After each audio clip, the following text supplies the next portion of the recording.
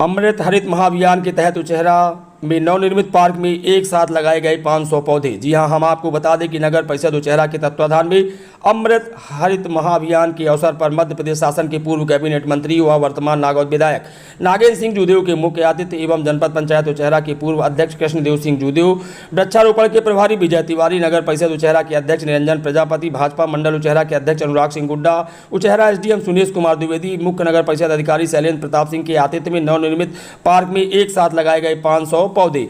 मुख्य अतिथि की आसंदी से विधायक श्री जूदेव ने कहा कि सरकार सिर्फ पौधारोपण के लिए प्रेरित कर सकती है, लेकिन आत्मा से धरती माँ को हरा भरा करने की जिम्मेदारी एक एक समाज के व्यक्ति की है। यदि वर्तमान में हम नहीं जागरूक हुए तो आने वाले समय में भीषण जल संकट का सामना करना पड़ेगा।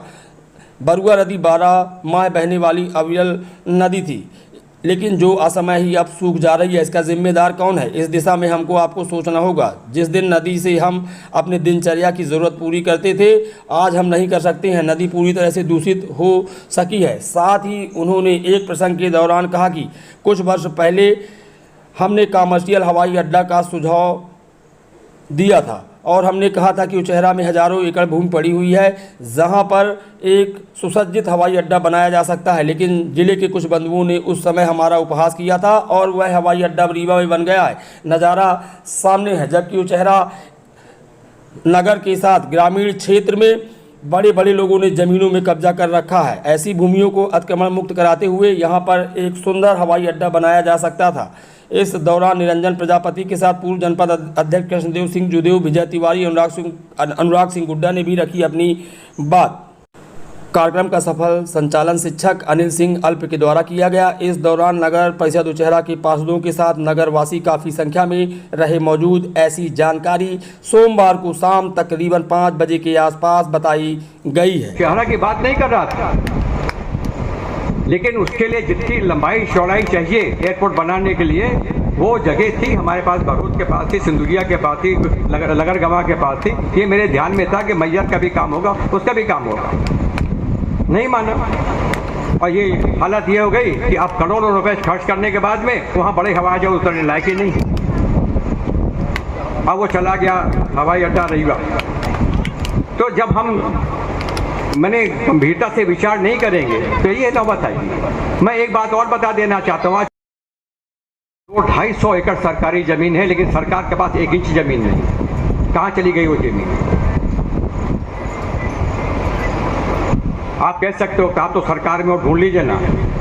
मैं बैठे हुए हैं खुलेआम मंच से कह रहा हूँ, एसडीएम साहब पता लगाइए कि सरकार के रिकॉर्ड में जो 250 एकड़ जमीन सरकारी जमीन है वो है कहाँ, और वो आपके अधीन आनी चाहिए, वो लोगों के हाथ में नहीं होना चाहिए।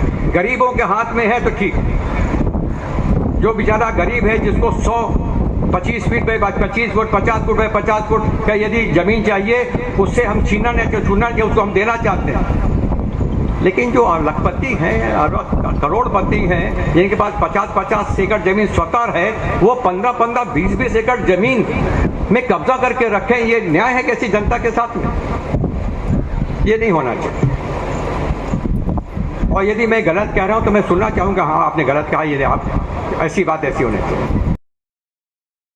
और गांव में एक माहौल बनेगा, अच्छा माहौल बनेगा, कोई दुखी नहीं रहेगा, कोई कष्ट में नहीं रहेगा। ये सब चीजें हमें तय करनी है। मैं इसी अपेक्षा के साथ अपनी वाणी को विराम दूंगा कि हम सब तय करेंगे कि हम पेड़ भी लगाएंगे और एक किसी हितग्राही जो गरीब के दायित्व। ऐसा लगता है कि आप इस तरह से मर्यादित नेता मध्य प्रदेश में कम ही हैं। ऐसे हमारे बीच इस कार्यक्रम के मुख्य अतिथि और हम सब के नेता, भाजपा के जिलाध्यक्ष रह चुके, भाजपा में कई अलग अलग दायित्वों में रह चुके और मध्य प्रदेश सरकार के और मध्य प्रदेश सरकार के अलावा कई जगह कई कमेटियों में रह चुके। ऐसे हम सब के बीच हमारे आदरणीय महाराजा नागेंद्र सिंह जी जूदेव साहब हमारे बीच हमेशा हम सब कई बार, एक आध बार आपसे अनुमति लेके एक आध बार हमको संगठन ने भेजा